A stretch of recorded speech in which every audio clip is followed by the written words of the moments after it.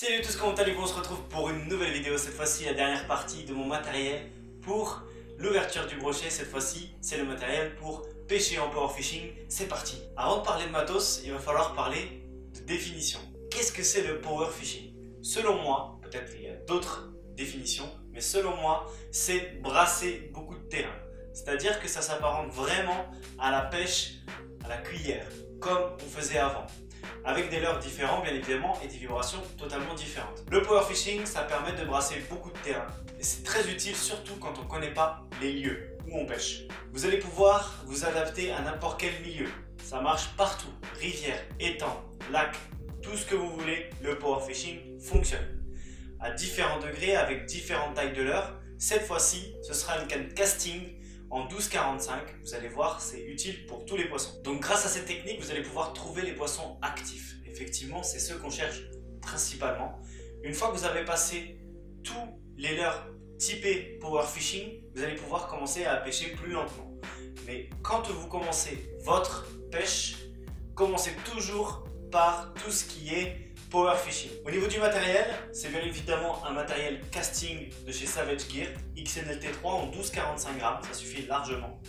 Avec l'une des nouveautés 2019, le Komodo SS en 263, la petite taille, très robuste, un petit peu lourd, mais très robuste, donc pour cette pêche ça va très bien, c'est pas une pêche finesse. J'ai décidé d'y mettre du fluorocarbone en 28 centièmes de chez Asso. Pourquoi?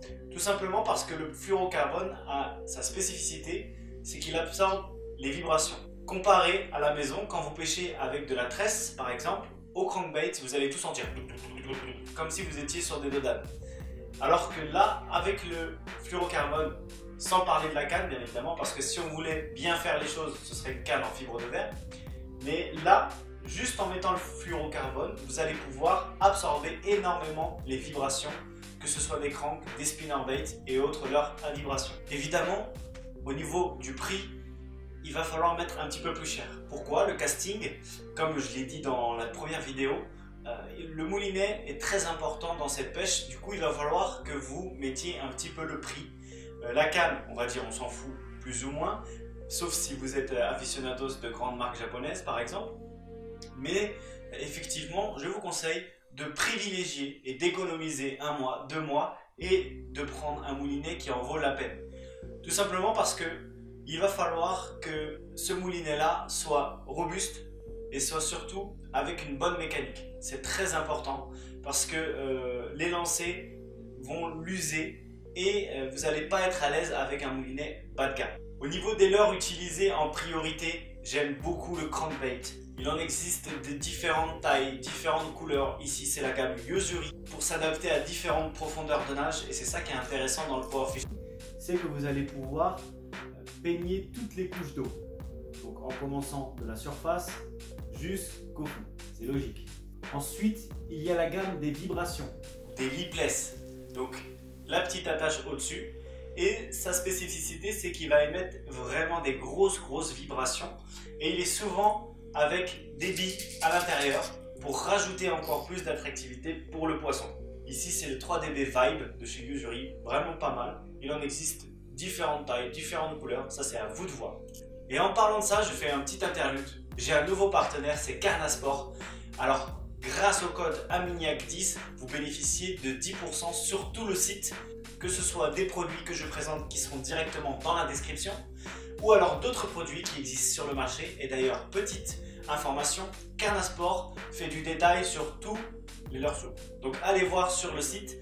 Le code c'est AMIGNAC10, il sera directement dans la description.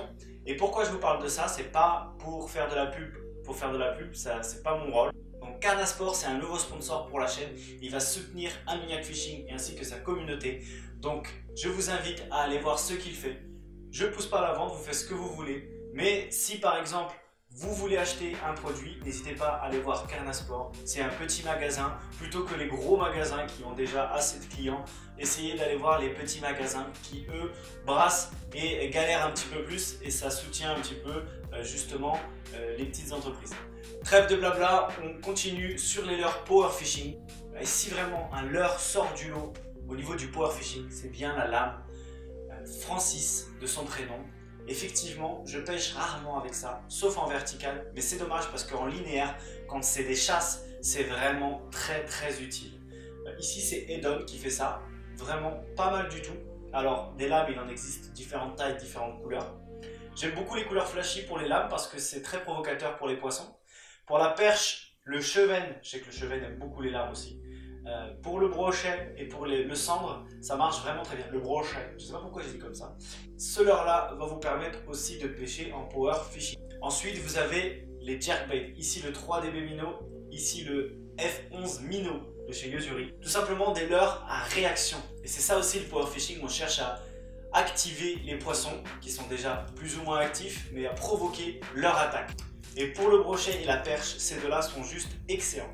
Je vous montrerai la nage de celui-ci quand je vous présenterai tous les leurres. Vous allez juste halluciner.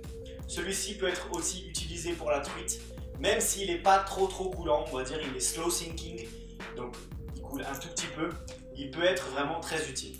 Et ensuite, pour finir, comme je vous disais en préambule, le power fishing, ça s'apparente vraiment à la pêche à la cuillère. Et qui dit pêche à la cuillère dit palette. Et du coup, là je vous présente deux spinners. Donc c'est l'évolution de la cuillère, on va dire. À la base créée pour le bass, mais qui marche très bien pour le brochet chez nous. Et la perche. Je sais que la perche raffole vraiment du spinner. Le cendre aussi, quand il est en chasse, vous allez voir que vous allez prendre des touches juste hallucinantes. Donc le spinner, facile d'utilisation. Donc au niveau des animations, comme je vous ai dit, c'est vraiment du cranking. Le cranking, lancer, ramener, tout simplement, à une vitesse plus ou moins constante. Le stop and go aussi pourra vous faire prendre des poissons. Mais ce sont des animations très rapides qui déclenchent les touches facilement. Je pense que cet ensemble convient particulièrement aux débutants. Il ne nécessite pas une grande technicité et très facile d'utilisation. Bien évidemment, il existe d'autres matériels, d'autres marques. Ça, c'est à vous de voir vos affinités avec différents produits. Toi, derrière ton écran, tu es assis sur ton canapé, tu es peut-être sur tes toilettes. Eh bien, je te remercie d'avoir regardé ces 3 épisodes. J'espère que tu as kiffé, dis-le dans les commentaires. Samedi, il y aura la vidéo de mon ouverture. Et oui, vous allez voir galérer à prendre du poisson. J'ai réussi, mais ce fut dur. Je voulais faire une grosse dédicace au frérot qui m'a fait ce petit tableau Amignac Fishing 2019 avec mon petit logo et le A qui représente cette photo.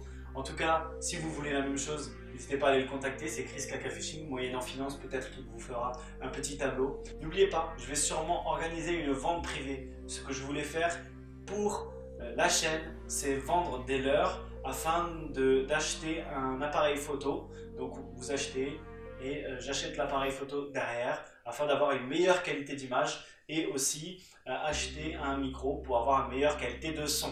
Donc n'hésitez pas à rester connecté sur les réseaux sociaux Amignac Fishing. Pour ceux qui ne savent pas, j'ai Instagram, j'ai Facebook, j'ai Twitter mais je m'en sers pas parce que je trouve que ça sert à rien, surtout pour la pêche. Et voilà, j'espère que vous avez apprécié cette petite vidéo. On se retrouve très bientôt. Bye.